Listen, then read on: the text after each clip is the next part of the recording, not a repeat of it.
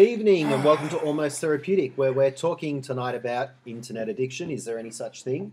Controversial topic, but it's actually gaining a lot of headway in mental health circles. So, welcome to the panel. Tonight we have with us Aiden and Ben and Connor. Yes, it's Good the job. team.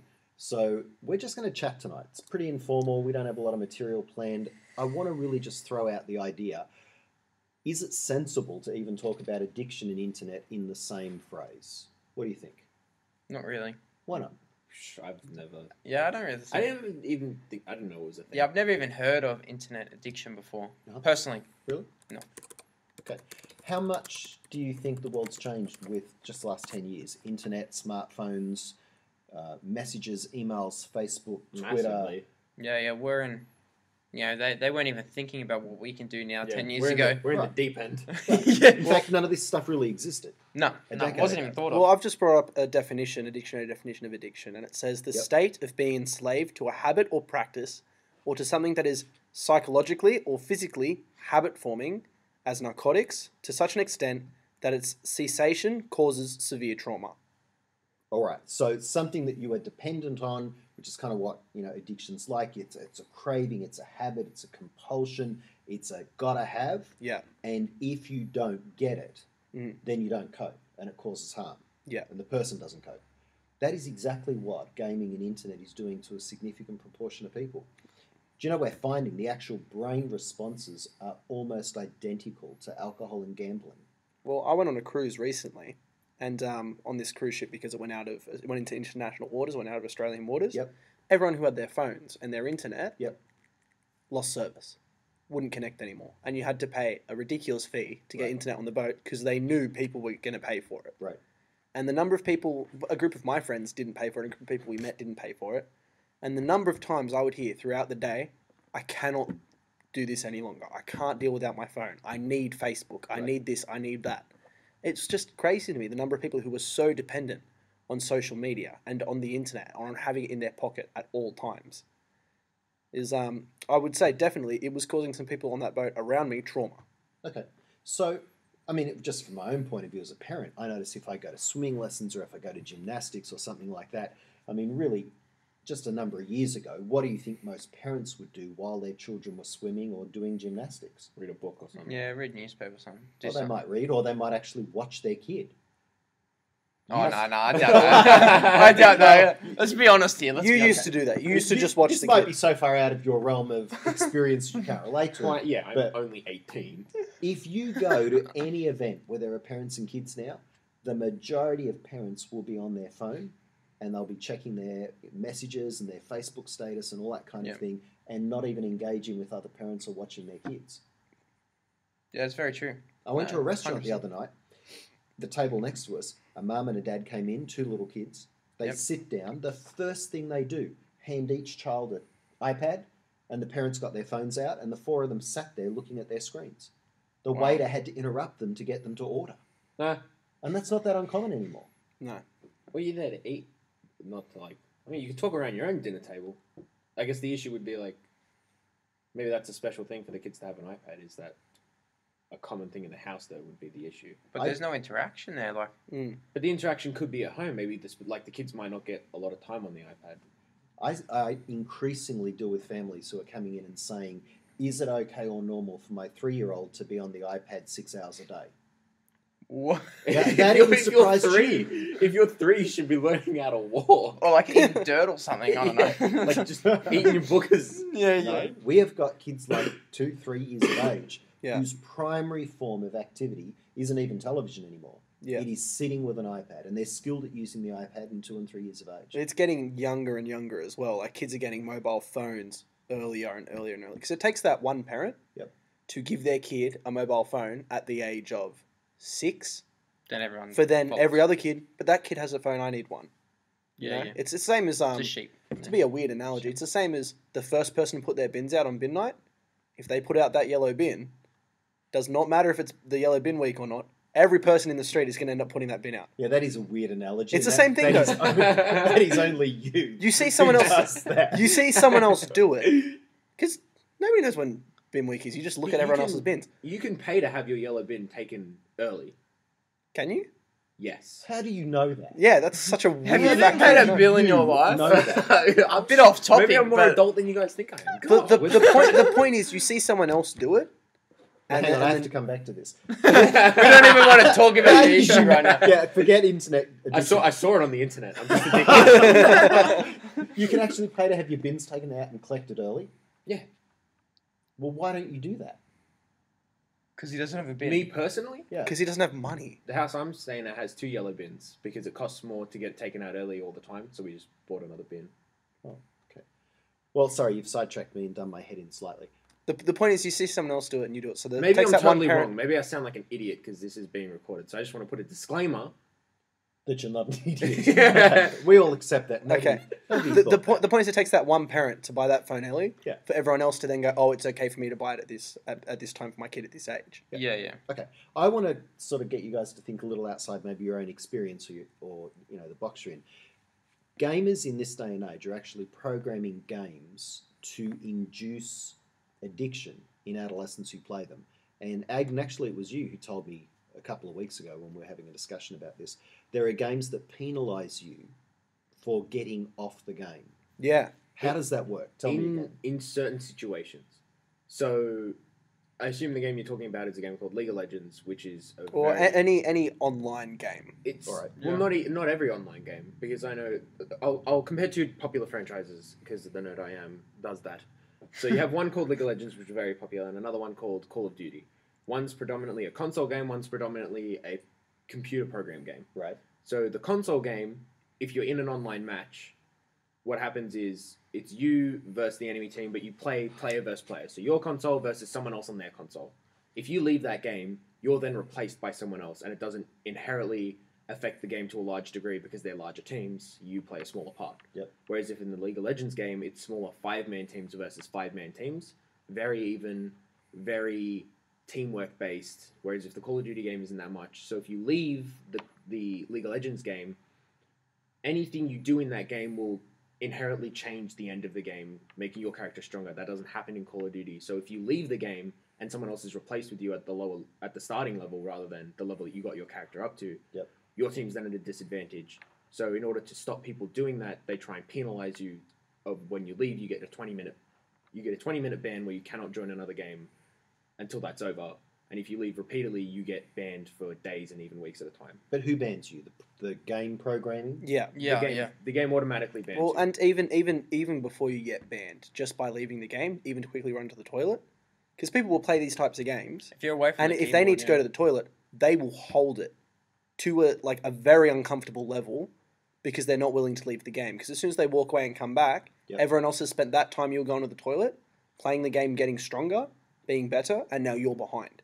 and you'll and get it's a that much- notification It's from that the much. game. It's that much harder to win. I think if you're away from the keyboard for 3 minutes and Yeah, they notifies put you an saying alert in up. 2 more minutes you'll be kicked from the game. Yeah, If you're away for 3 minutes? Yeah, they'll ban you. Yeah, Because 3 minutes ends up being a Well, significant gold lead for the enemy team because they get to what you do Yeah. is farm. You kill a AI which is non-human controlled. It's controlled by the game. Yep. And you receive gold. That you can buy stronger items, make your character better. So at this point, if you're away for 3 minutes, you lose on a massive gold disadvantage. But since it's so team-based, if your character isn't up to scratch for the other 4 players to you've just help- made the other 4 lose. Yeah. Yeah. You know, And then so- they get cross. So if you get enough people saying that you are away from your game, Yep. it will then. It's a matchmaking system. You have to wait for enough people to be ready to play a game. Okay. It will penalise you in that you now have to wait 5 minutes before it will put you in the matchmaking. So when So parents, it'll add extra time when onto you as parents well. go to their young person and say it's time to get off the game or dinner's ready or you need to do homework, They're not able. They are able to, but they're literally saying I can't get off the game. Yeah. Yeah, because they'll get penalised, and you you can't. know if they can't play, It's then- like leaving an exam early. Yeah. It's like being mid-exam at school, Yeah. and someone comes in and says, "I'll come out. We have to do this now." You'd be like, "I can't leave. I'm in the middle of an This is exam." a video game, people. yeah, But some of these people and some of these kids play some as even just part of a pop culture thing at school. Like the kids who are good at the game can gain popularity through that. because and there's it's- ranks there's- and levels. there's and a stuff massive- say how good you are. So like, So you have a social status Absolutely. like a tier. online that you might not even have in the Absolute- physical world. And Yeah, that, But that even adds in to the person- addiction in because the person, You could escapism. rock up to someone and be like, "Oh, you play League of Legends as well? Yep. I'm silver rank." And then if the person rebuttals, "I'm gold rank," you've been immediately put under them in that online world. And Yeah. then that's just another thing they have above you, and then there's this conflict, and then Yep. the game gets very heated. And if you play with your friends and you have to leave, then your friends can end up turning on you because you've made them lose games and experience. And now their levels are going down, like their ranking levels have gone down. So And it's your fault. Same Yeah, way doing yeah, a group yeah, assignment from 100%. school, someone not pulling their weight in a group assignment, Yeah. stuffs all the rest of you up. Same thing will happen for this game. Do you not see a problem, though? We're talking about a game. If you've got a bunch of kids out in the street playing soccer and mum goes to the front door and says, dinner's ready, it's time to come in, you might get we're still playing, but it's not the end of the world. No. This sounds like there are levels of punishment and cost that are much stronger than you would get in normal life. but it's because they put rewards in it Mm. that keep us interested, keeping us want to play. playing soccer in the street, the reward is playing with your friends. Friends, yeah. Playing online is gaining rank. Yeah. Yeah. But not necessarily Because gaining real friends. you have to add in the competition factor and the skill level factor. If you're playing in the street with your friends, it doesn't matter. If you are at a soccer game, Okay. playing as part of a team in a competition, and if you win this game, you get into the semi-finals. Same as in League of Legends, the video game. If you win that game, you get into your promos, get into your next level. So if you leave that game in your semi-finals and your whole team loses and they don't make the semi-finals because you left, they're going to be cross with you. But this is a level of pressure on young people and students, high school students in particular. How do you compete with that? I mean, the way you were describing this is it really is a massive part of their social life, their identity. Yep. Even though it's not with people they know. It Well, can be, though. Well, it might be, but it's not necessarily. Yeah, 100%. There are people that I know and play games with online who I have never met in person, who I am closer to than people I see in person every week at uni. Yeah, see, this is such a huge dilemma for parents and teachers to wrap their mind around. Because I've got people who come in to see me who have adolescents who literally do not go to school. Might go 1 or 2 days a week. If they go to school, they turn around and come home to get on the internet to keep playing. There are young people who are spending 16 hours a day in front of a computer. Yeah. Well, I think that like my little brother, he has poor social skills simply because all he does is he doesn't have any friends in real life because all his friends are online. Everyone that he talks to and hangs out with is online gaming. It's not a intermittent. It's not a personal thing. So he actually really struggles with social skills, and that's affected him big time. Like he struggled through school. He had to leave school early simply because he just couldn't handle it. Go to school all day, 6 hours, 8 hours, and you have no one to talk to. You're not having any fun. But then the moment you come home, the reward is one. You're talking to people. Yep. All right, so you're having that interaction Online. Yep. You're having the rewards from the game itself, and there's less pressures from at school and stuff. You have pressures from teachers and peers and whatnot. Now you don't have those kind of pressures. The pressures are all there in your control. Yep. Because in the game you can control it. You can control the outcomes. Yeah, well, and it's even linked to real life. In 2 points I want to bring up now is there are games now that if you're not on them, they will send you notifications and they will send you haven't been there for a emails long time. and updates. Hey, we haven't seen you in a while. Where have you been? Come back and play. These sorts of things. Like you can get games on like your phone to try a game one time and decide it's boring, and then you will get 25 notifications in the next week telling you to come back and play this game. Here's this free little bit of gold. Come play again and spend more money on this game and buy this stuff. So if you leave, it will come back for you, right? Yeah. At a level that other addictions won't do, right? If you're addicted to a drug, the drug's not going to send you a message saying, hey, come take me again. It's just that addiction factor. Whereas these games have that addiction factor of, I want to go back and do that. And then you're getting these notifications on top of it. It's the way they sell it. They sell it perfectly to the way that how teenagers or adolescents think, I guess. Yeah. Even as a young adult, Well, and also in terms of the reward factor, there are people, and I think a lot of kids who play these games look up to these people. There are people who do this for a living. Yeah, of course. There are people who go and compete and play video games professionally for a living and earn enough money to live on.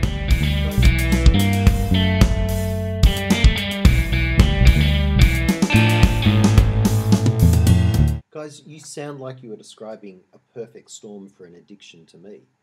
I mean, yes, a drug does call you back, but it calls you back because of dependence, changes in your brain, very, very strong needs that you have biologically for more of that drug. these games are doing that, but on top, there's the bells, the whistles, the rewards, the messages, the peer status. Yeah, all your friends doing it as well, because not all your friends are going to be, on hard drugs. Yeah. But I guarantee you, most of your friends in high school will be playing video games. Well, a lot of people, though, can play them and moderate them Mhm. and still turn it off, can still get their homework done. But we have this growing population and a big population of young people who are not coping, who are really enslaved to what you're describing. What would you say to their parents who are having these incredible traumatic battles, getting them to school, getting them to do homework, getting them to come down and even have dinner? Well, Because the young person is saying, I can't get off. I'll be penalised. I'll be locked out. Well, I think it's to understand it's it, I think, not is a big part. just that. It's also a big thing that people get sucked into is a role-playing game where you're like living another life, like, The Sims or Skyrim, all these sorts of games where you have a character and you go through a world. And their you life's live better than the life you're living now. So. I think a lot of it Yep. is these games cater to the children and give them attention in a way they're not receiving outside of it. Yep. Which Like is you were what saying you with were your- alluding to, Ben. Yeah, because exactly. If your social skills and social network isn't brilliant to begin with, this can provide a whole new world for you. 100%. It But gives you a draws second you chance. Way more. It gives you that second. Well, feels like you're getting that second chance at another life, I guess. Yeah. So, Right. yeah, like my mum brings it up all the time. She wishes she put more effort into helping when he was younger, when she could have done something, I guess, helping with his social skills and whatnot. As now that he's so far, he's not gone, but he's so far in depth and so deep into what he's done now. Yep. The amount of effort and work it would take to pull him back out is ridiculous. Like I brought him to a movie with us a few weeks ago. Like I don't bring him out with my friends, but I felt like I needed to take him out, Yep. Get away from the house. And he was almost like we watched a good movie, Jurassic World and whatnot. We had a brilliant time. All of us were talking about him, and Chris was like, "Man, I could be playing video games right now. Yep. Why am I here?" Well, even like it's an attention, because like when I go to your house, every time I go to your house, your brother will come out of his room off the game he's playing and come and talk to me. Because someone's willing. Yeah, if the attention is there, they will take it. Because if I think these parents, what they're doing is why is my kid on this game? If the kid wasn't on the game, would the parent be playing a game with the kid? Would the parent be sitting down and having a good conversation with the kid? Would the parent be investing in the kid's day and asking him what's going on and how you been? Because these people online and these friends he's playing with online will be doing that. Well, I think that's a fair point. I think a lot of parents, if we look at their behaviour, they're on their phone, they're checking their Facebook, they're getting their status updates. Monkey see, monkey do. Yeah, so I think all of us are more enslaved Yep. to technology, the internet. I mean, it's frustrating. I get my emails all day, all night. I get messages. You don't leave work behind anymore. No, it comes home with you. It comes home with you. It invades you. So we're all a bit enslaved. But in terms of what do we do, Connor, you made the comment a minute ago that you think the starting point's understanding what the young person... Or even engaging, because I remember at least when games first started coming out, I first started becoming interesting, I would try and tell you or mum about it, and you just wouldn't understand and therefore take no interest in it. I would go, oh, I just won this game by doing this thing, and you go, I don't know what that means. Right. And then that was the end of the Yeah, conversation. exactly. However, if there was even the slightest bit of engagement, I would have stayed downstairs longer, we could have had a longer conversation, turned it into another topic, things could have happened, it would have steamrolled, but I'm not where you are because you were reading a book or something and I didn't know anything about the book, and you weren't where I was because I was learning about the game. Yep. We just had nothing to talk about because the rest of our lives are filled with other things like school and work. Yeah. So what our hobbies were just not lining up, and therefore we had nothing to talk about besides work or school, and at that point it's boring anyway. Yeah. Well, these achievements can be so very, very... Because when you think about how much time somebody, like you're saying, 16 hours a day, if this kid puts in, like, just the idea of 16 hours a day for weeks at a time to get this one achievement, if they put in that much time and effort, they are so invested in that, they finally get it, and the parent doesn't understand or even really care. Yeah. They're like, that's that stupid game you play, that's dumb, you should do something more meaningful. But to that kid, especially because it's something that they're interested in and they enjoy, on top of the time they've spent, they are so invested in that. Problem with that, though, that I guess the young person and the parents don't understand, is when your brain is that invested in something and that dependent and even addicted on something, it gets more and more wired up to do that thing and do it well and to only think about that thing. So other skills that you used to have do disappear.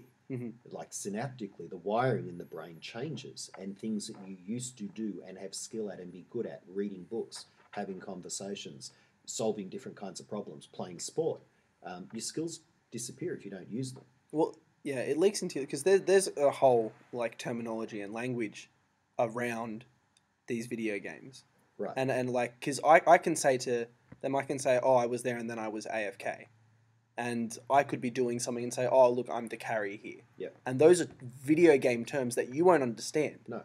But that they know exactly what I'm talking about. That's right. But I mean, Connor, you made the point, trying to get the parent involved in the game. I mean, my interest in League of Legends, or what was the other one? Call of Duty. Call of Duty. See, I know it's COD. Yeah, there you go. Or even Minecraft is so minimal because I just don't have time to consider giving hours of my day to learning to play those games. But it's not even learning to play. It's at least taking interest, I feel. Yeah. To be able to go, if your child comes up to you and says, "Today I went on a killing spree," to even have the gall to ask, see, that just makes me shudder. "What is that?" Yeah. You know, what is that? What are you doing? You shudder. You think it's a bad thing. The kid totally registers that phrase with a good thing. Yeah. Registers as, I carried my team to victory. I helped them. We worked together and we won. But I say killing spree, you imagine slaughter. I imagine a killing spree. Exactly. Yeah. Which is, And we know the link between TV and video game violence and behaviour is very strong. This is a huge problem. And games are becoming more graphic. The definition's getting better. The reality that the world is that you get painted is just getting more and more It's believable. almost better than what this is, to be honest. Like It's frightening. yeah, it's crazy. All right. So I think that's a topic for another day, is video game violence and the effect that it has. But to help parents who are beginning to wrap their head around the fact that they've got a young person who is just so dependent on being online and doing these things, what's one message each of you would just give? Aiden? The biggest one I would say is give them that same level of caring, of catching up, of comeback, of interest, and that same level of attention from yourself. Okay. Because So, because I can say pretty confidently right now, with most kids, if you give them playing bowling on a video game versus going out with their family who's all together, bowling together, like if you get the family together around that kid and you're like, here, look, come be part of this, they will pick the actual social interaction for most kids over the game on their own a lot of the time. They're just not getting the option. okay, although Ben describes taking his brother out and having that strong sense, it was almost like an agitation. Well, I to think get that was home. over the top for him, but like when I come to his house, he will get off the game and come talk to me He'll every time I engage. get there. Right. So parents finding a really authentic sort of investment of time and energy into that relationship that might just even be somewhat interesting compared to the game, and making an additional effort. Yeah. Or maybe just engaging into the game. Like, yes, they may never understand quite what their child's talking about the game, but they just sit there and just listen, let them unload, all these things that they feel like they've accomplished and stuff, and you just go, yep, and then maybe break it down and go, well, what's that mean? You may only be getting little pieces of that story or that game, but it's enough for them to feel like you're interested enough. Okay. And yes, it may not fully draw them away from that game, but at least they're getting an outlet other than the game itself. Yep. And it could always lead on to other things. It's a progression thing, I guess. So Because they can play the game and come to you with their achievements on it, or they can circle back and go back online and look for and find somebody else to approval talk about there. it on the game. Yes. So Okay, Connor, yes. what advice would you give? Well, I would start small. I would get something like a TV series that you think you would both enjoy, and make sure you watch it at least one night a week. So, if you watch it together, it's still engaging with the media aspect that the kid often sees. I'm sure they watch lots of stuff online and blah blah blah. Yep. If you engage with them halfway, not online, still media based, together. Yep. Sometimes as much as being in the same room and experiencing the same thing, one will give you something to talk about, which will make the kid build the social skill. Two will give him something to talk about, him or her, something to talk about outside of the house even. Yep. I watched this TV show, blah, blah. But three, it's just even like the proximity of human. Interaction. It doesn't have to be verbal. It doesn't have to be direct. Just, you'll notice what kind of drinks they drink often, how often they go to the bathroom. Things like that can be like super stimulating for a human brain to just learn about the other organisms in their vicinity. Whereas if they're in their bedroom with a closed door, they learn nothing, they experience nothing. Definitely. Okay, in closing, let me throw a couple of strategies out to you that are recommended and get your feedback. What about boundaries? What about setting time on that you're allowed to be online and have access to the internet and be gaming, and time that you can't, and that they're fairly strictly enforced to try and keep that sense of balance in life? Well, I think you'd have to do that straight from the start. You can't do it halfway through. No. But already... once you discover there's a problem, that's when you've got to act. Yeah, but you almost got to do it beforehand. Yeah, if they're used to coming home from school and just sitting on the computer all the way to bedtime or whatever, then all of a sudden they come home and go, well, we're only playing 1 hour. Yeah, that's traumatic. That'd freak me out. For no reason. Yeah. They don't understand. For no reason. It's because we want to have you do other things. But they don't understand that that's a problem at the moment. But I assume from the child's point of view, it would feel like they're getting punished for something that wasn't intentionally induced. Yep. So they've been, for lack of a better word, neglected. Their use of the internet has been neglected and overlooked to the point where it's become to this addiction state. They've been allowed to do it. They've been allowed to do it. Yep. And now they've been directly cut off, and they don't have any reasoning as to why they've been cut off, because they don't understand that it's not normal, because they have been allowed to grow to that state. Okay, what about cold turkey? The idea of taking a family trip, going on a cruise, getting on an aeroplane, devices get left behind. A little bit like you were talking about being where you couldn't use your device. Well, because young people who get bad enough are hospitalised, and they literally are treated like drug addicts. Well, cold turkey. I'm very invested in video games, and so is... Well, we all are. And we went on a snow trip. We went down snowboarding for a week. Yep. We had almost no computer games. Well, nothing. I haven't played a single game since I got back. And don't get me wrong, we had a very engaging week. We were doing something active the whole time, and never once did we. I think we had very few conversations about anything game related. We had a few, show related conversations, but the games didn't come up at all because we're just so invested on snowboarding, like go to the snow, mountains, action. I think so that's a positive. Definitely, I definitely think that would work. It definitely. It has to be. Has to be as good as the game. Yeah, not even just replace one attention source with another. So if you cut the kid cold turkey, you have to be there to fill in the space that the game has left. It's got to be quality alternative. 100%. Okay. Well, I think, guys, you've helped me understand a lot of the dynamics behind this that are easy to read about but not quite grasp the passion from the young person's point of view. I know you'll have given parents a lot of insight tonight. This is a complicated issue, and it's becoming more complicated, and it's not going to get better. Well, as the internet grows, it's going to become more invasive and more relevant. I think as we head into virtual reality being reality, I mean, we're on the cusp of technologies that we couldn't comprehend even a couple of years ago. Yeah. Where games are not going to be sitting in front of computer screens, they're going to be entering virtual domains. Yeah. Then what happens to relationships and friendships? You may well have more friends in your virtual room. Yeah. I mean, look at Facebook. People have more virtual friends than real friends. They don't even know half of their friends. Yeah. So I think this is a dynamic topic, and we should talk about it again. Yeah. People don't even know what friends are really anymore, do they? What is a friend? That's right. I've got 787 friends. Yeah, really? but what are they? Yeah, for sure. What? Well, thank you for joining us on Almost Therapeutic tonight. And this is definitely a topic we'll be back to talk about again. Thanks, boys. Thank you. You're welcome. Brilliant.